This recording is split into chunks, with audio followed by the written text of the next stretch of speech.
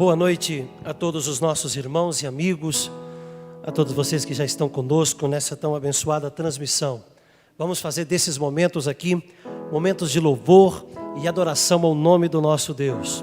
Estamos vivendo momentos difíceis, é claro, mas é exatamente neste momento, onde precisamos olhar para o céu, erguer a nossa cabeça, porque o Senhor é a nossa esperança. E nós vamos cantar um hino que fala exatamente disso. Ó que esperança vibra em nosso ser.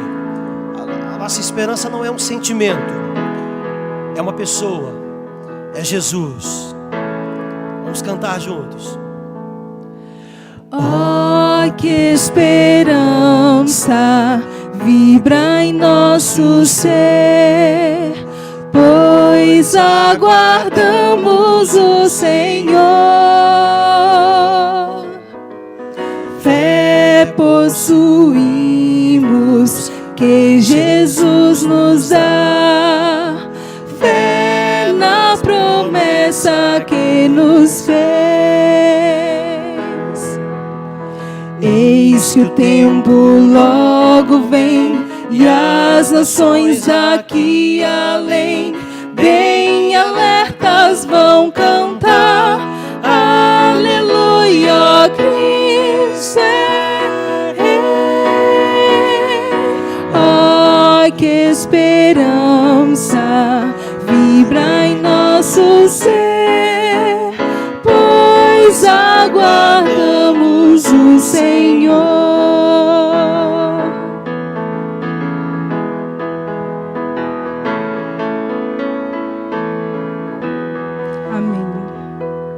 Num tempo onde, como diz Eclesiastes capítulo 8, verso 9, homem tem dominado homem para o seu próprio prejuízo, o Senhor nos convida a ser como barro em suas mãos. Somente o Espírito de Deus pode criar esse sentimento, esse desejo, transformar-nos a esse ponto, de ter o Senhor como oleiro e nós como barro em suas mãos. Então vamos cantar um louvor que tem esse título, Nas Mãos do Oleiro.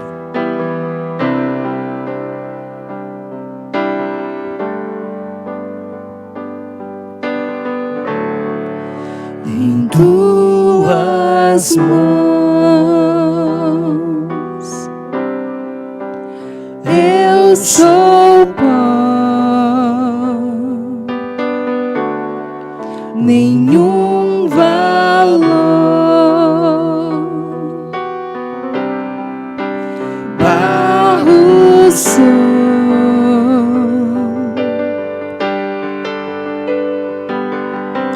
Quem sou eu pra questionar tuas mãos a me moldar? Tu és Deus, artesão de mim.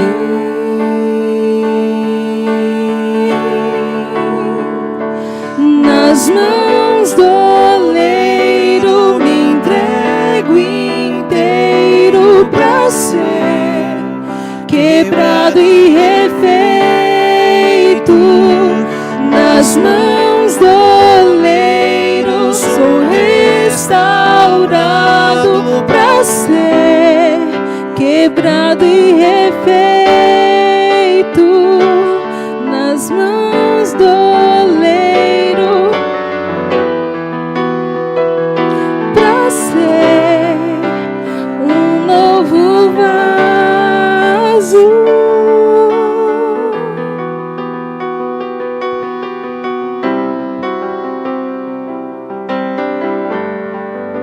Vamos cantar mais uma vez. Em tuas mãos. Em tuas mãos eu sou pó, nenhum valor, barro sou.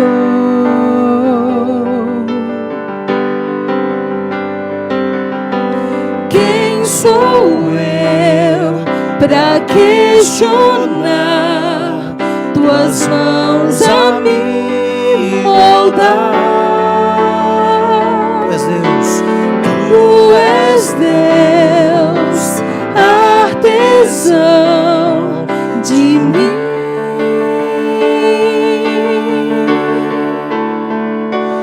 Nas mãos do oleiro me entrego inteiro pra ser quebrado e refeito. Nas mãos do oleiro sou restaurado pra ser um novo vaso. Nas mãos do oleiro me entrego inteiro pra ser quebrado e refeito. Nas mãos do oleiro sou restaurado pra ser um novo vaso.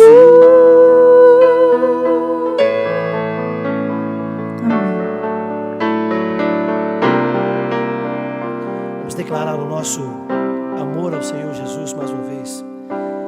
Nesse louvor que é tão lindo, tão conhecido por muitos, acredito. Eu te amo, ó Deus. É mais do que uma canção, é uma oração, é uma entrega diante do nosso Deus.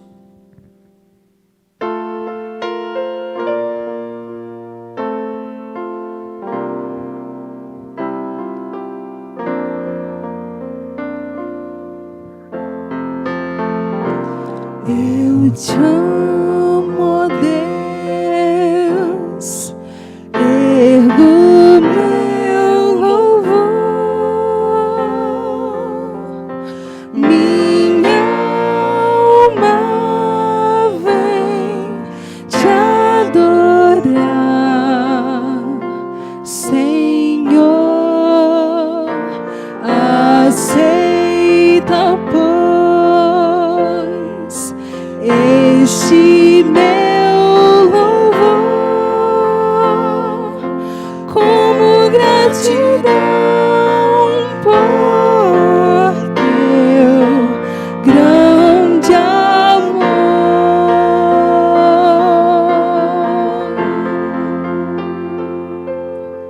Amém. Nós vamos orar. Senhor Deus e Pai, nós te louvamos nessa noite mais uma vez. E declaramos o nosso amor pelo Senhor, não somente em forma dessa canção, através dessa canção, mas abrindo o nosso coração neste momento, te pedindo humildemente, que através do estudo da Tua Palavra nessa noite, nós possamos ter o nosso caráter mais semelhante ao caráter de Jesus.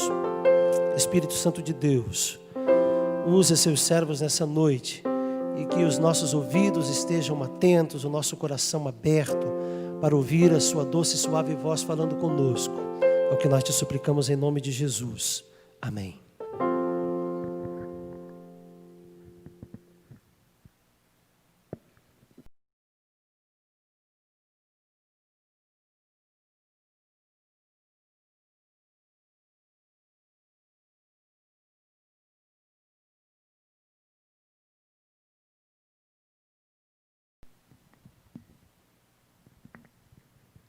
Boa noite, meus queridos.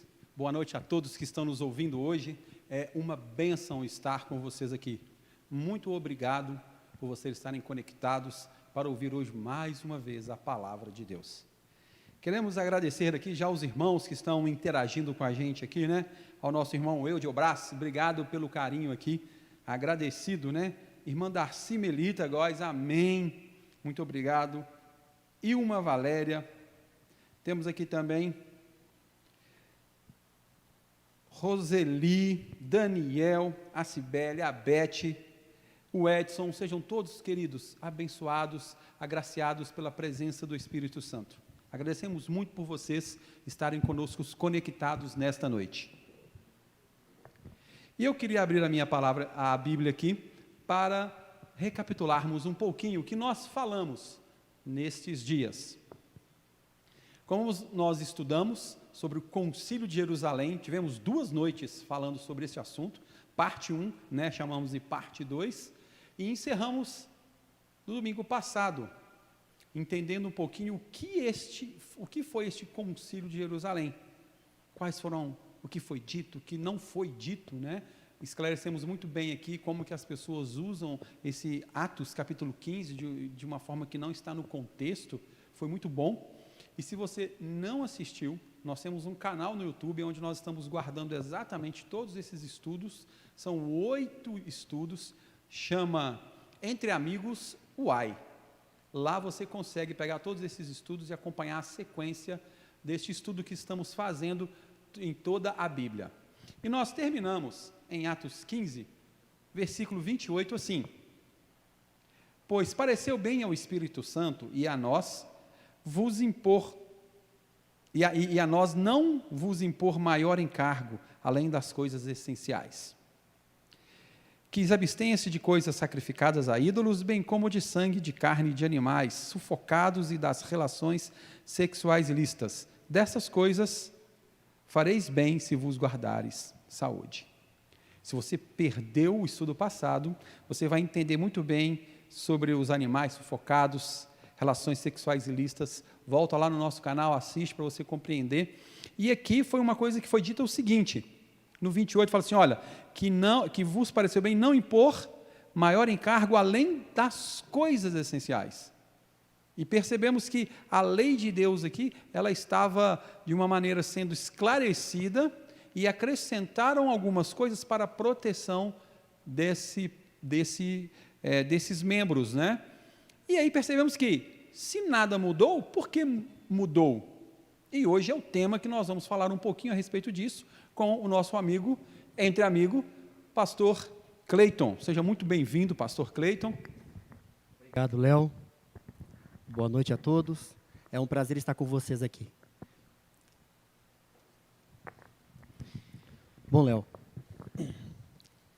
eu gostaria de, antes de nós adentrarmos no tema dessa noite, eu gostaria de relembrar algumas coisas na qual que nós já estudamos aqui juntos.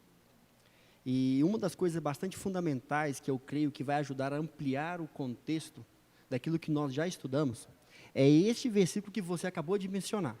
Por quê? Olha só, eu não sei se você já viveu em um país diferente, num país na qual que a cultura é diferente, as tradições são diferentes, e até mesmo as leis são diferentes, não é mesmo? E o que estava acontecendo naquele momento ali?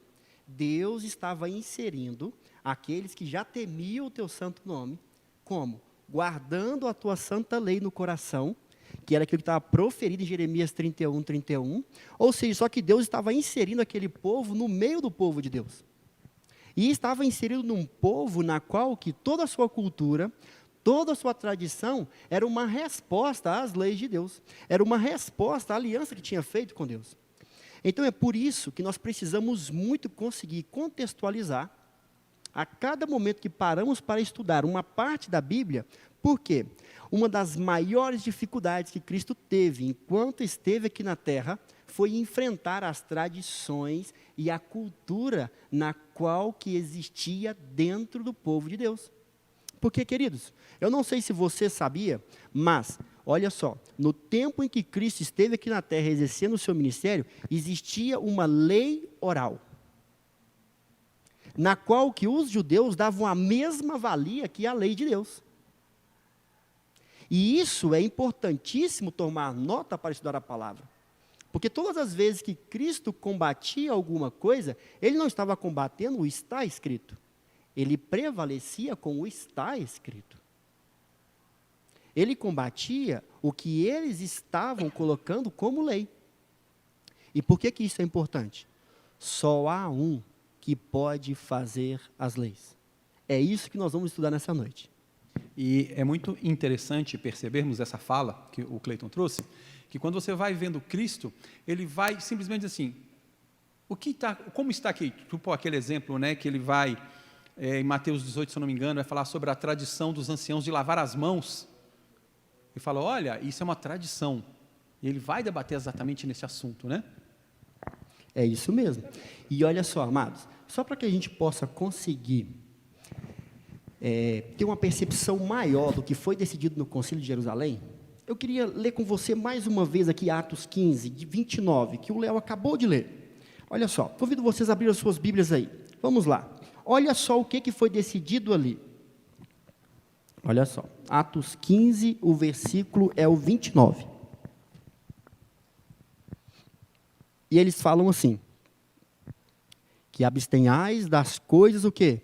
Sacrificadas a ídolos. Eu gostaria de trazer a ilustração para que você possa conseguir compreender qual é o fundamento da decisão deles. Olha só, eles entendiam que tinha uma aliança que foi feita com Deus, e lá no Monte Sinai foi firmada uma aliança na qual que o povo de Deus tinha de sustentar o sacerdócio. Correto? Correto. E como é que ele sustentava o sacerdócio? Através dos dízimos, das ofertas sacrificais, das ofertas de manjares. Tudo isso era levado para o templo, na qual que sustentava o sacerdócio e também sustentava os pobres, os órfãos e etc. Mas esse é outro dia que nós vamos estudar. Mas por que é importante você tomar nota disso? Deixa eu falar para vocês uma coisa. Léo, imagina só. Imagina que você está precisando comprar um celular. Você iria roubar um celular? De maneira alguma, certo? Se eu quero comprá-lo, não.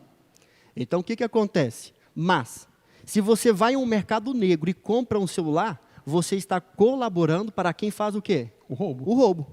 Ou seja, por que eles decidiram que eles não poderiam comprar carnes sacrificadas a ídolos? Porque quem é que vendia as carnes sacrificadas a ídolos? Os sacerdotes pagãos. Ou seja, quando eles tomavam parte em comprar carne sacrificada àqueles ídolos, eles estavam sustentando o sacerdócio pagão. Isso era uma das implicações dessa decisão. Então, eles estavam convidando a eles a parar de fazer o quê? Patrocinar o quê? Incentivar, né? O paganismo. Exato. Agora, a segunda decisão. Olha que fascinante. Que fala assim, bem como do sangue da carne de animais sufocados. E isso está ligado lá em Levítico 17, 18. Nós chegamos já a mencionar na live passada. Mas, queridos, sabe por quê? Deus tinha determinado que as pessoas não deveriam comer sangue. Porque através do sangue, querido, é que vêm as maiores enfermidades que as nossas gerações e nós enfrentamos hoje. É através do sangue que as maiores das enfermidades dos animais são passadas para nós. E toda vez que Deus dá uma lei, tem uma função, sabe qual que é? Proteger a mim e a você. Essa é a função das leis. E quando Deus deu a lei para aquele povo, na qual que eles estão repassando como também ordenança para aqueles que estavam sendo inseridos dentro do povo, eles estavam falando com eles, olha, queridos, vocês não podem comer esses tipos de animais, porque quando o animal ele era sufocado, estrangulado, ou seja, estourava as suas veias, a carne era toda contaminada pelo sangue, não tinha como sangrar e fazer a distinção entre o sangue dentro da carne. Então, esse era o princípio por essa decisão. Porque os gentios, eles não faziam distinção entre isso. Nas suas culturas, eles não tinham essas leis que regimentavam para trazê-los e preservá-los concernente à saúde física também. Eles não tinham tanto discernimento quanto a isso. Por exemplo, olha a terceira decisão, que também se abstenhais de quê? Relações sexuais o quê? Ilícitas. Também está ligada lá a Levítico 17, 18. Sabe por quê? Nos gentios, não era só questão de festas que eles iam e tinham relações, como eu mencionei no carnaval, não era só isso. Apesar se você analisar todas as festas, era bem ligado a isso, porque lá o contexto da festa, no capítulo 16, 17, está falando das festas, mas não era só por festas. Por quê? Porque os pagãos, os gentios, eles também tinham costumes e tradições de ter relações, por exemplo, com familiares de primeiro grau. E a lei estava orientando que eles não deveriam ter. Porque, inclusive, hoje nós testificamos que pessoas que têm parentesco mais próximo e têm filhos, a maioria dos filhos vem com o quê?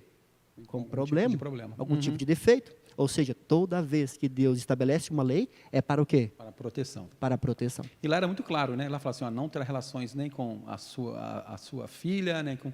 Então, deixa muito claro esse tipo de proteção, de cuidado que Deus tem para com o seu povo, né? Sim. E é por isso que eu convido a você, faz uma menção, volta lá um pouquinho, dá uma lida em Levítico 16, 17, 18, que vai abrir a sua mente, concernente à decisão que foi feita nesse concílio. Porque ali é que trata do inserimento daqueles que já viviam entre o povo. Ok? Amém? Que Deus abençoe a todos. E, amados, então vamos para o tema dessa noite. O tema dessa noite é, se eles não mudaram a lei... Exato. Eu terminei lendo a nossa live passada e hoje eu abri, lendo esse versículo 28, com a mesma pergunta. Se não mudou nada, por que mudou? Ou por que mudou e como mudou? Né? Como aconteceu isso? Queridos, olha, o tema de hoje é revelador. E eu creio que Deus falará muito ao seu coração nessa noite. Amém. E é por isso que eu gostaria de convidar você mais uma vez, ao curvarmos as nossas frontes para falarmos com o nosso Deus, ao abrir mais uma vez a sua palavra. Oremos.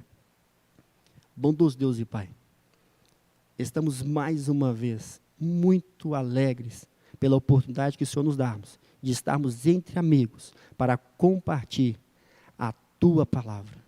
Senhor Jesus Cristo, continue mediando em nosso favor, para que através da pessoa do Espírito Santo, Ele possa nos guiar a toda a verdade, como o Senhor assim nos prometeu.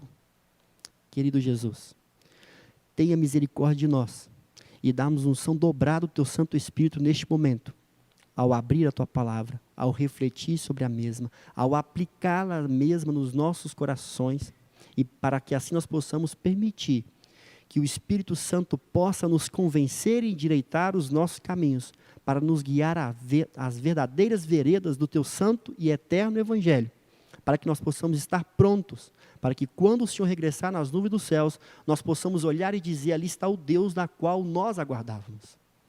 Então, por favor, ó Cristo, por misericórdia de nós, afasta tudo que nos assombra, aqueles que nos assistem e aquele que nos assistirá, que o Teu Santo Espírito esteja com todos nós, por Teu santo nome. Amém. Amém. Então vamos lá. Bom, nas lives passadas nós vimos que Deus criou o homem com um propósito. Sim. Certo? E aí eu vou convidar vocês a assistir às lives passadas. E eu vou ser sincero, só te cortando, ele está repetindo isso todas as lives. Se eu fosse você, ia lá, entrava lá no canal, assistiam, para você compreender o porquê que ele enfatiza isso em todas as nossas lives. Então, preste bem atenção. É isso aí. E olha só, queridos, vamos lá. Então, e nós vimos no conceito, quando nós estudamos o propósito da criação do homem, quando nós estudamos o que é pecado, nós vimos alguns princípios. E esse grande princípio é o seguinte: quem é que pode dizer o que é pecado? Ou seja, quem pode dizer o que é santo, o que é comum, ou o que é o quê? Imundo. Imundo. Que foi o que nós vimos no testemunho de quem? De Pedro, na semana passada. Sim. Então, queridos, quem é o único que pode dizer isso? E Tiago nos fala. Vamos lá? Claro. Tiago, capítulo 4, versículo 12.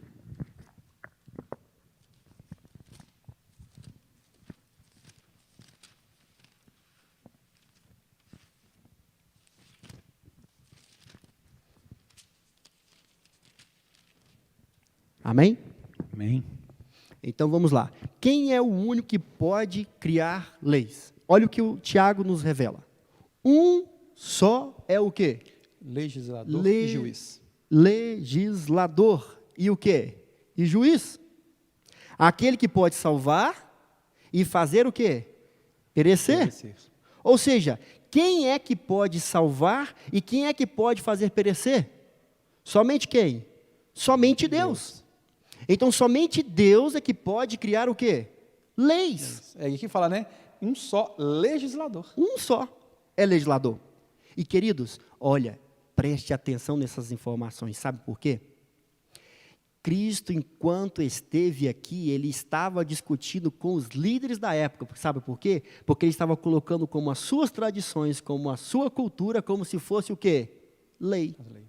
Por exemplo, quando eles estavam discutindo concernente ao sábado, um exemplo. Sim. E o que eles estavam falando lá? Ah, porque na lei, na nossa tradição, não pode fazer o quê? Não pode colher, não pode curar. Foi Deus que disse isso? Não. Deus disse que se fizesse isso, estaria profanando o sábado? Não. Então, queridos, queria chamar a atenção para vocês de uma Onde que coisa. veio essa lei, né? É a tradição, ou seja, uma lei o quê? Oral? Oral. Agora, deixa eu falar para vocês uma coisa. Olha, entenda uma coisa comigo. O que é ser antibíblico? É você colocar uma palavra e dizer que aquilo é, sendo que não foi dito por quem? Por Deus. Por Deus, ou seja, pela Bíblia. E sabe o que foi o erro dos judeus naquele momento, os líderes em si? Eles estavam estabelecendo normas e regras como se fosse o próprio Deus que tivesse o quê? Estabelecido. E sabe, hoje tem pessoas fazendo coisas semelhantes. E indo contra quem? Contra a palavra de Deus. Porque somente Ele que pode dizer o que é o quê? O que é uma lei. E, consequentemente, somente Ele que pode fazer o quê? Que pode julgar. Pode julgar. Somente Deus é que pode criar leis e que pode o quê? Julgar. Certo? Então vamos lá. E por quanto tempo deveria durar a lei de Deus? Vamos pegar mais um testemunho. Salmo 111. O versículo é o 7 e o 8. Salmos 111, versículo 7 e 8. Amém? Amém. Então fala o seguinte, ó, as obras de suas mãos são verdade e são o quê? Justiça. Fiéis são todos o quê? Os seus mandamentos. E estáveis são eles para quanto tempo? Para todo sempre. Para todo sempre, queridos. Instituídos e quê? Em fidelidade e o quê? Retidão. E retidão. Deixa eu falar para vocês uma coisa. Você acha que Deus não quer mais te proteger contra carnes de animais imundos? Você acha que Deus não quer mais te proteger com relações sexuais ilícitas? Você acha que Deus não quer mais que você que está tomando parte da verdade, pare de financiar furto, rouba ou adoração pagã? E é interessante esse que você tocou, porque várias pessoas, né, falam assim, não, eu tenho em casa um negócio que eu faço, que eu não preciso pagar mensalidade, e acha normal. Eu fico pensando assim, querido, é normal isso? É normal você financiar algo que não é correto? E Deus, Ele quer nos mostrar exatamente isso. Que é a caminhada cristã, ela tem que ser íntegra, reta. Sim. Então, não quer dizer que aquilo é mais fácil, que eu não vou fazer isso, que eu tenho um negocinho lá, que eu mexo e que eu vejo tudo, e eu não preciso pagar a mensalidade. Isso é correto, querido? A gente tem que pensar nisso, né? Sim, amados, Deus está chamando a mim e para você para ser imagem e semelhança do Criador. Deus está chamando a mim e a você para ser imagem e semelhança dele, representante dele aqui na terra. Sede vós santo, como santo é o vosso Pai o quê? Celeste. E queridos, olha, Deus está convidando você a ser separado dos demais. E olha, eu creio que está ficando bem conciso aqui, aquilo que foi mudado, aquilo que a palavra diz que foi mudado, porque nós fomos estudando e mudando o que estava sendo mudado, qual que era a nova luz que foi apresentada, na qual que separou os cristãos dos judeus. Se você não assistiu, precisamos que você assista essa live. Para você compreender o que ele está querendo dizer. E sabe, isso gerou uma conturbação tão grande pelos zelosos da lei, que depois eles saíram, tá bom, nós até aceitamos que não precisa mais sacrificar, só que aí eles agora, não, precisa o quê? Circuncidar. O concílio foi discutido o quê? Circuncisão, para ser salvo, queridos. E eles viram.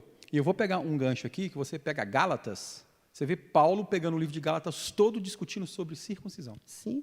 Sobre circuncisão, é incrível. Como que ele vai debater com os Gálatas sobre a questão da circuncisão. Ele precisa de hoje nós temos esse livro de Gálatas, ele precisa de um livro para falar este assunto, para você ver como que era naquela época, a discussão, que nível que era. Agora, sabe também, Léo, o que é importante, que eu gostaria de dividir com vocês? Amados, deixa eu dizer para vocês uma coisa. Olha, Por que não temos discussão sobre o sábado no Novo Testamento? Por que nós não temos discussão dos judeus sentados, dos cristãos conversos, ou dos apóstolos sentados comendo carne de porco, por exemplo? Sabe por quê? Porque isso não foi mudado. E é interessante você comentar assim, porque hoje a gente não discute sobre, exemplo, né, sobre 1º de janeiro, o feriado. Ninguém discute se é feriado ou não. Sabe que é feriado mundial. Ninguém discute isso, porque já está estabelecido. E nessa época, esse assunto já era estabelecido. Não se discutia, não se tinha um questionamento. Né?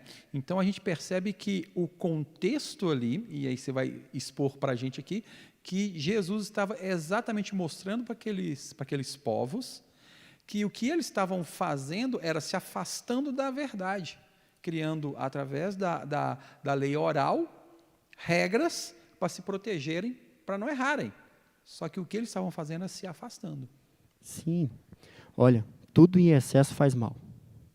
E, queridos, deixa eu lhes dizer uma coisa. Olha, nós vimos que os cristãos se separaram dos judeus não foi por causa de mudanças de leis. Isso foi muito bem claro. Ficou bem claro. Nós vimos que no concílio houve um grande debate, mas a discussão não era os princípios eternos de Deus. E nós vimos o seguinte, que eles estavam testificando que as pessoas, os tementes ao Senhor, os que Deus estava chamando para separar, tirando eles do paganismo, tirando eles do secularismo, tirando eles dos gentios, estavam testificando, era a lei no coração. Sim. É isso que nós vimos. E é essa profecia que estava anunciada, e é essa profecia na qual que embasava os cristãos e os apóstolos para enfrentar o farisaísmo e os demais líderes da época para poder ter coesão e convicção de fé de que Deus estava dirigindo aquele movimento e aquele povo. Então, queridos, olha só, nós vimos tudo isso. Agora eu gostaria de convidar a você a fazer uma breve reflexão. Se Cristo estivesse aqui no nosso meio, se Cristo estivesse aqui, e nós voltássemos e falassem assim, Jesus, beleza, tá bom. Nós já vimos tudo isso, mas ainda eu tenho dúvida. Eu ainda tenho dúvida. Eu quero fazer para o Senhor uma pergunta. O Senhor veio mudar a lei? Olha o que Jesus nos responde. Mateus capítulo 5. Olha o que Jesus nos responde. E a pergunta é tão pertinente, que eu digo, porque para eles chegarem a fazer esse tipo de análise com Jesus, é porque Jesus estava mudando algum conceito. Sim. Parecia que ele estava mudando. Exatamente. Então, para ele chegar nesse ponto, a coisa estava tão assim, tão alarmante, que chegou. E aí, Jesus? Isso. Veio ou não? Por quê? Parecia que os ensinos de Jesus eram tão diferentes dos líderes da época, parecia que os ensinos de Jesus eram tão distintos dos demais tutores e mestres daquela época, que eles falaram, espera aí, o Senhor veio mudar? Sabe por quê, queridos? Sabe quanto custava uma Bíblia no tempo de Cristo, segundo os historiadores? O valor de uma casa luxuosa. Quantos de vocês teriam uma Bíblia em sua casa? E quantos daqueles que teriam condição comprariam uma Bíblia? Verdade. Então, as pessoas não tinham acesso, o que elas sabiam e aprendiam pela tradição o quê? Oral. E é por isso que a primeira coisa que você vê registrado nos evangelhos da obra de Cristo foi fazer uma grande reunião para esclarecer os preceitos do Pai. E após ele esclarecer os preceitos do Pai, ele diz o seguinte, capítulo 5, versículo 17, Mateus, não penseis que vim revogar a lei, ou o quê? Os profetas. Amados, deixa eu dizer para vocês uma coisa. Eu gostaria de convidar a você a fazer uma reflexão nesse contexto de conflito que existe entre tradição, cultura e a lei de Deus, que havia no período do Novo Testamento, enquanto Jesus esteve aqui na Terra. Hoje nós não vamos conseguir abranger mais sobre isso, mas eu convido você, no seu lar, ore a Deus e peça a Deus para ter esclarecimento. E se necessário for, pode colocar aí nessa live, coloque aí, eu quero fazer um estudo à parte, eu quero entender mais sobre isso. que nós entraremos em contato com você. Nós lhe buscaremos de alguma maneira. E se de tudo foi um momento que já passaram essas oportunidades das lives, eu quero deixar aqui o Facebook da Igreja Central de Betim. Se qualquer momento, período da história, você assistir essa live e quiser mais orientação sobre isso, procure os nossos amados irmãos aqui da Igreja Central de Betim, que eu creio que com bom grado e bom coração eles irão atender a sua sede. Mas olha só, voltando para o texto, olha o que Jesus nos fala. Não penseis que vim revogar a lei, ou o quê? Ou os profetas. Eu não vim para revogar, eu vim para fazer o quê? Para cumprir. E queridos, deixa eu falar para vocês uma coisa. Se eu e você fomos criados com o propósito de ser imagem e semelhança do nosso Criador, e nós cremos que o Cristo é o nosso Criador. É isso que João fala, no princípio ele era o verbo, ele estava com Deus e ele era Deus. E pelo poder da sua palavra, tudo o que fez, foi feito por intermédio dele. Sim. E se você e eu fomos criados para ser imagem do nosso Criador, e se ele veio cumprir, eu e você devemos revogar alguma coisa? Não, de jeito nenhum. Então, eu convido vocês a ser coerentes com as palavras na qual nós estamos lendo. E olha só, e ele continua dizendo, porque em verdade vos digo, até que o céu e a terra passem, nenhum i ou um tio jamais passará da lei, até que tudo o quê? Se cumpra. Agora eu quero chamar para vocês aqui a atenção de uma coisa, Léo. Tudo já se cumpriu? Não. Eu e você continuamos aqui neste grande conflito. E tipo assim, o céu já se passou? O céu já... Não. Não. Onde que vai ter um novo céu? Uma nova terra. A volta de Jesus. Se você for lá em Apocalipse, vi novo céu e nova terra. Apocalipse 22. Então, lá é um novo céu e nova terra. Quer dizer, Jesus já veio, está voltando, vai vir em Jerusalém. Enquanto isso, nada se passa. Eu quero só dar um acréscimo aqui, que é interessante, quando eu falo assim, olha, não vim revogar a lei ou os profetas. Na época de Cristo, a Bíblia que se tinha não era igual à nossa. Você tinha o rolo dos profetas e o rolo da lei. E, obviamente, tinha o rolo da história, né, cristã, como Crônicas, Reis, né, e outros livros. Então, quando Jesus fala, eu não vim revogar a lei e os profetas, é como se ele tivesse vindo hoje dizendo assim, olha, eu não vim revogar a Bíblia, porque era o que se tinha naquela época. Mas eu vim cumprir. E eu quero abrir um pouquinho, mais um parênteses aqui, que a palavra cumprir aqui, ela tem uma conotação não de terminar, porque as pessoas gostam muito de dizer assim, eu cumpriu, acabou. Não. Eu te pergunto o seguinte, faça comigo essa reflexão. Você está na sua casa, saiu de carro, na esquina da sua casa tem um semáforo. O sinal fechou, você parou. O sinal ficou verde e você foi. Você cumpriu aquela lei, certo? Te garante que no outro dia, se ele tiver vermelho, eu posso passá-lo? Não. Ele diz que ele veio cumprir exatamente o que está escrito. Ele não veio revogar, ele não veio destruir, né? Mas ele veio dar entendimento, né? A palavra cumprir, no grego, o Cleiton pode dar uma explanada melhor, né? Que ela vem como plerosai, pleroma, vem dar sentido. E Jesus, exatamente, ele fala isso, olha, eu vim dar sentido, vocês não estão entendendo o que está acontecendo aqui, certo? Isso mesmo. E, amados, olha o que Jesus alerta para mim e para você. Porque Cristo, ele deixou uma mensagem, ele disse que surgiriam falsos profetas. Exato. E olha só o que ele diz aqui. Aquele, pois, que violar um destes mandamentos, posto que dos menores, e assim ensinar aos homens, será considerado o mínimo no reino dos céus. Aquele, porém, que os observar e ensinar, esse será considerado grande no reino dos céus. Queridos, olha que mensagem que Cristo está deixando para mim e para você. E olha, se no concílio não foi mudado nada, se a divisão que ocasionou entre os cristãos e judeus, nada disso foi mudado. Se Cristo disse que ele não viria mudar, quem mudou a lei? Essa é a pergunta. Por que que hoje eu e você vemos que a maioria dos cristãos, eles não observam a lei de Deus? Por que que nós vemos hoje que a maioria dos cristãos, eles não observam leis para que os proteja? Quem foi? Vamos ver? Vamos ver.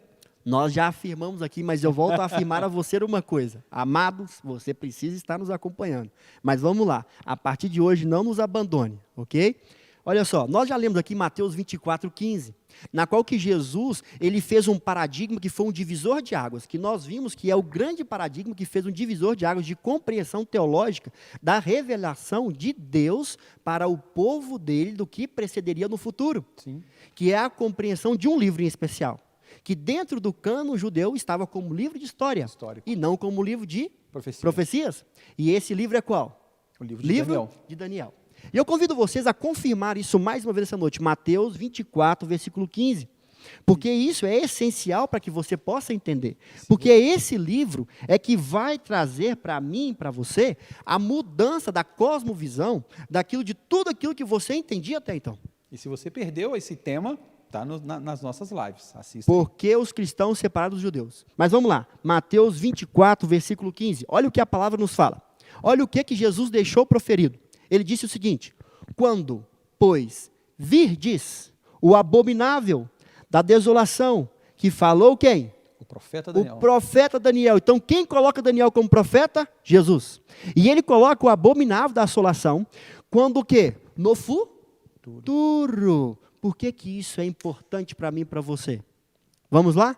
Vamos para Daniel? Vamos ver o que que esse abominável fez? Vamos ver qual que era a obra que ele iria fazer? E eu convido vocês a ir lá agora, em Daniel, capítulo 7. E o versículo é o 25.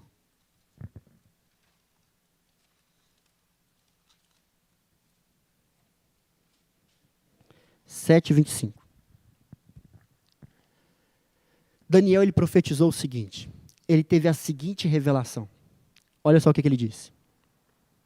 Ele disse que surgiria um poder que ia fazer o seguinte: ele proferirá palavras contra quem? Contra o Altíssimo. Contra o Altíssimo. Ele magoará quem? Os santos do Altíssimo. Os santos do Altíssimo.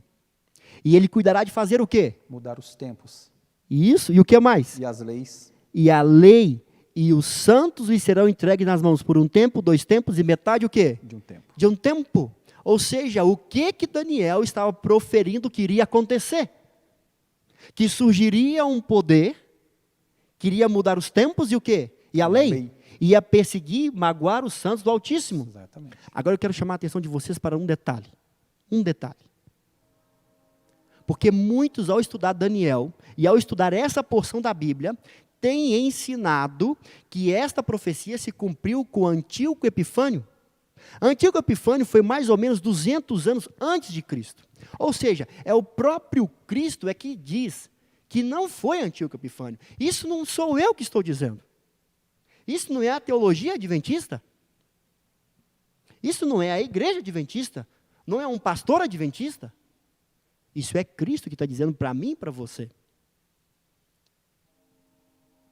Que isso iria vir o quê? No futuro, após ele. E Antíoco Epifânio está cerca de 200 anos antes de Jesus. E sabe, amados, esta confusão ela não é nova. Talvez pode ser nova para você hoje.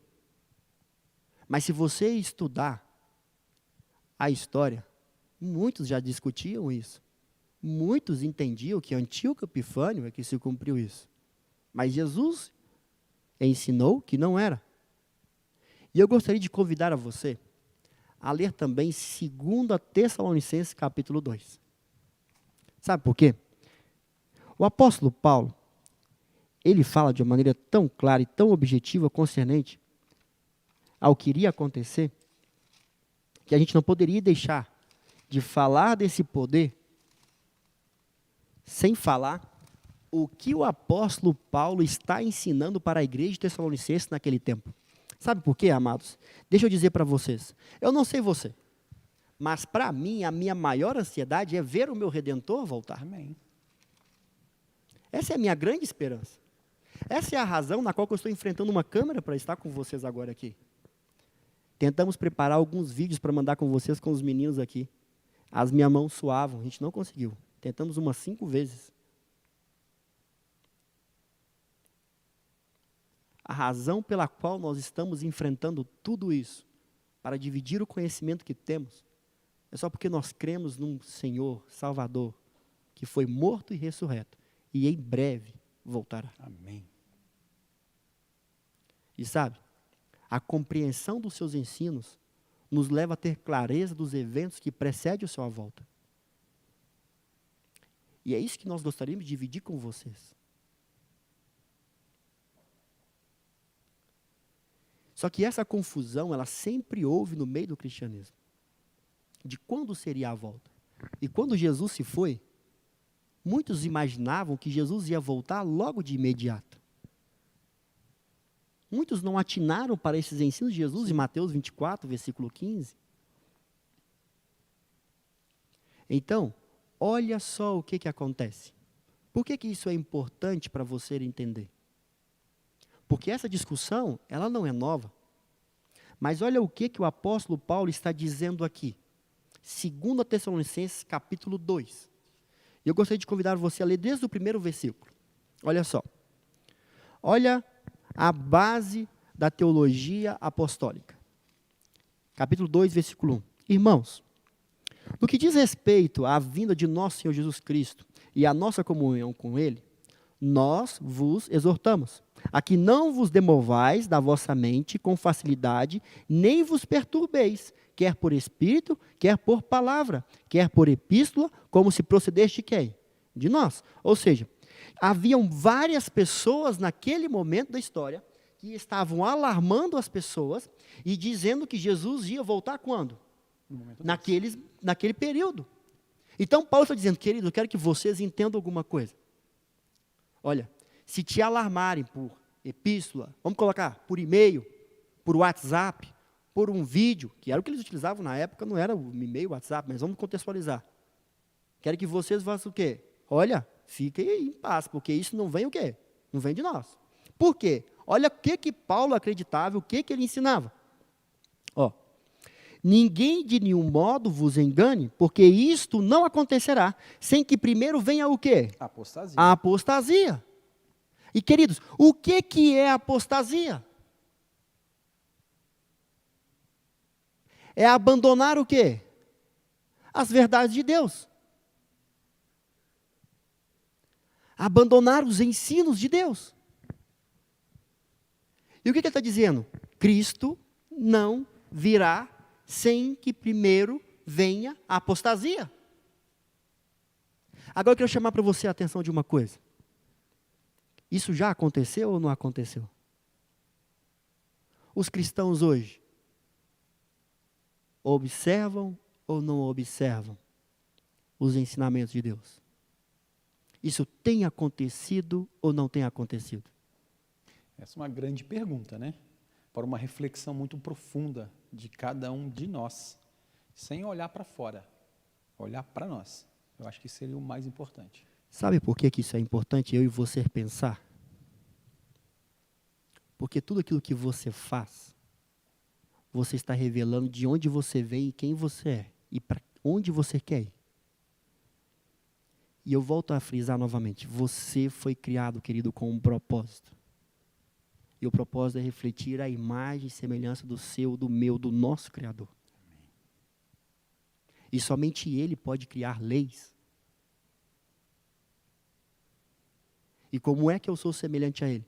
Quando eu trato aquilo que é santo como santo, e aquilo que é comum como comum, e aquilo que é imundo como imundo. E se eu abandono os ensinos de Deus, se eu abandono a revelação de Deus, eu não estou apostatando na fé? Sim. E isso não tem acontecido, não tem cristãos hoje que agem como se fosse comum tratar aquilo que é imundo diante dos olhos de Deus. Não tem cristãos que têm tratado aquilo que é santo como comum. Isso a gente vê com muita frequência, infelizmente. Infelizmente, amados. Agora, queridos, eu gosto de chamar para vocês uma coisa. Olha, não sou eu que vos acuso. Jesus usou essas palavras. Quem é que vos acusa? Moisés. Só que não sou eu que também que vou defender vocês. Quem é que vos defende? Cristo Jesus. Olha, se a partir de agora você está conseguindo ter uma compreensão maior do que é a verdade de Deus, existe um mediador, na qual que está totalmente pronto e atento para ouvir a sua oração. e interceder em seu favor. Se tem você cometido o pecado contra Deus e tratado aquilo que é santo como comum, ou aquilo que é imundo como comum, ou aquilo que é comum como santo, porque só há um legislador. Apresenta-se diante de Deus. Sabe por quê, queridos? Era de duas maneiras que as pessoas se apresentavam diante de Deus no templo. Uma, para dar graças e louvores pelo aquilo que ele fez.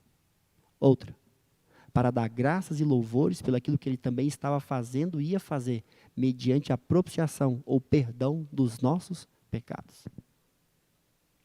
Essa era a função do templo. E essa é a sua função e a minha função, porque a Bíblia hoje apresenta que eu e você somos o templo do Espírito.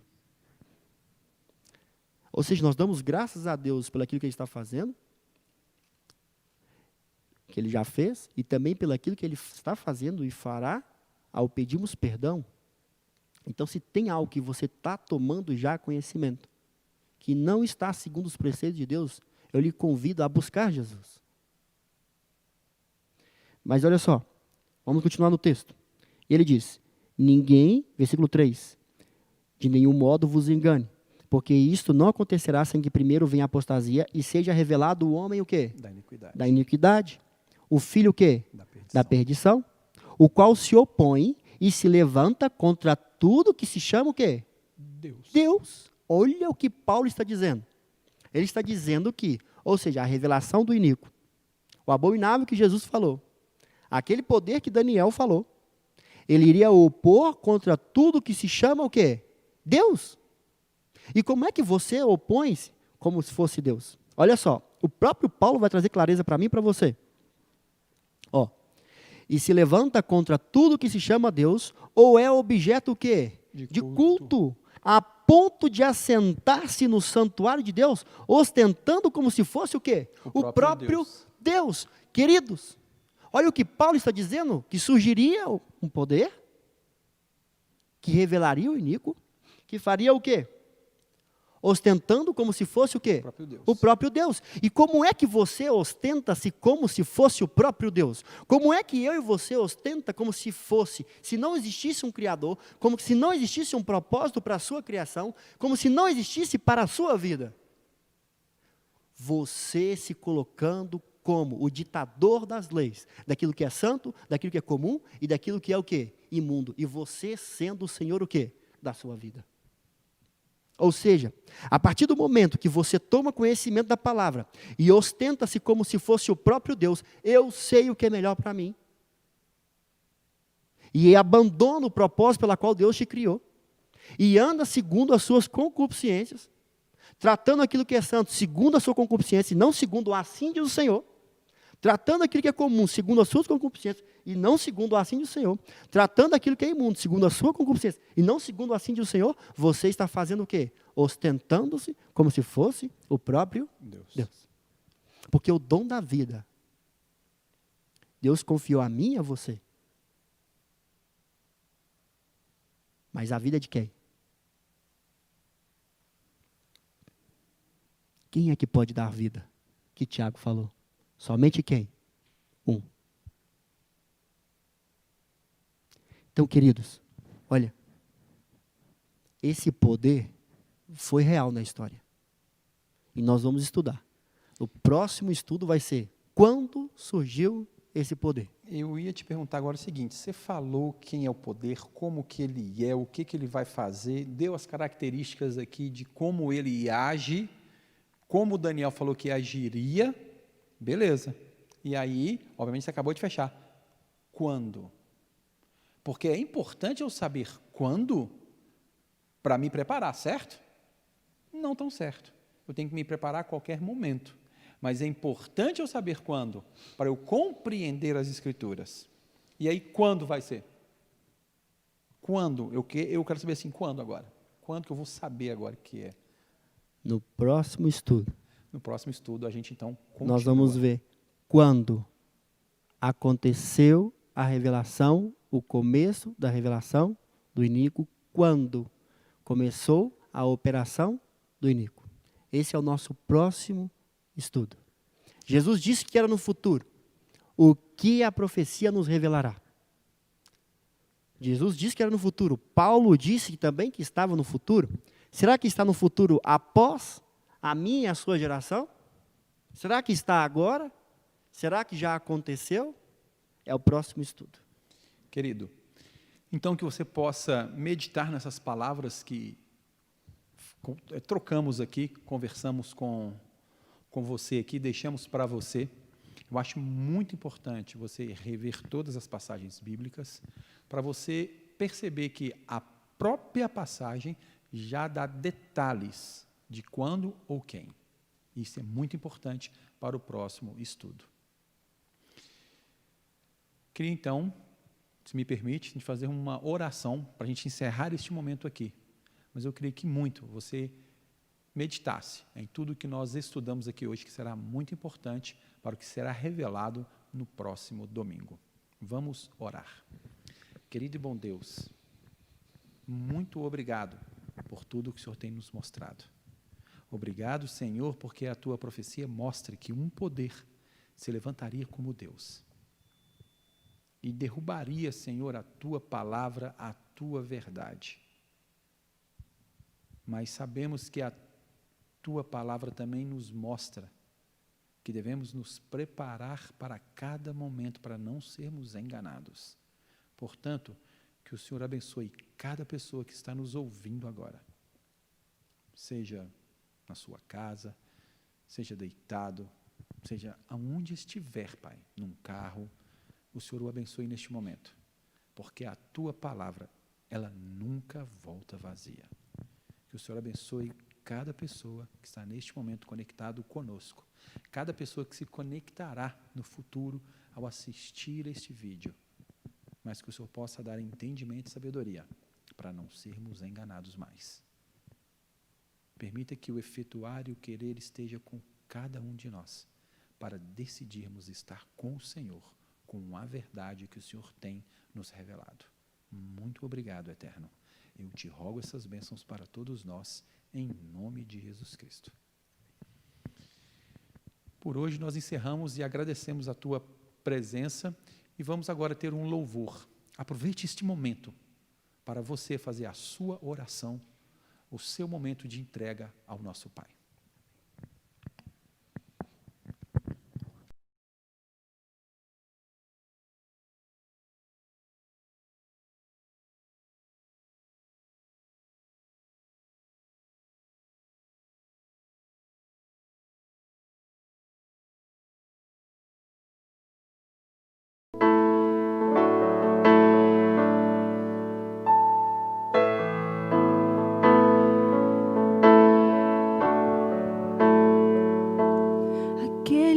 Habita no esconderijo do Altíssimo e descansa à sombra do Onipotente. Aquele que habita no esconderijo do Altíssimo e descansa à sombra do Onipotente, diz o Senhor, meu refúgio, fortaleza, o Deus em quem eu sempre confio. Nenhum laço, nem veneno, flecha vão me atingir, pois eu me escondo em Ti.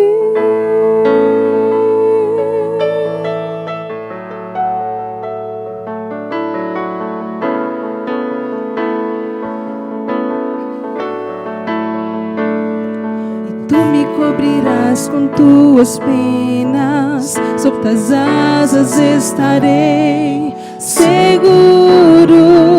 A Tua fidelidade é meu escudo. Tu me cobrirás com Tuas penas, sob Tuas asas estarei seguro. A Tua fidelidade é meu escudo, meu refúgio, fortaleza, o Deus em quem eu sempre confio. Nenhum laço, nem veneno, flecha vão me atingir, pois eu me escondo. Mil podem cair ao meu lado e 10.000 à minha direita. Pelo Senhor eu ficarei em pé, nem praga nenhuma, nem mal chegarão à minha tenda. O meu Senhor é minha salvação, meu refúgio, fortaleza, o Deus em quem eu sempre confio. Meu refúgio, fortaleza, o Deus em quem eu sempre confio. Nenhum laço, nem veneno, flecha vão me atingir, pois eu me escondo.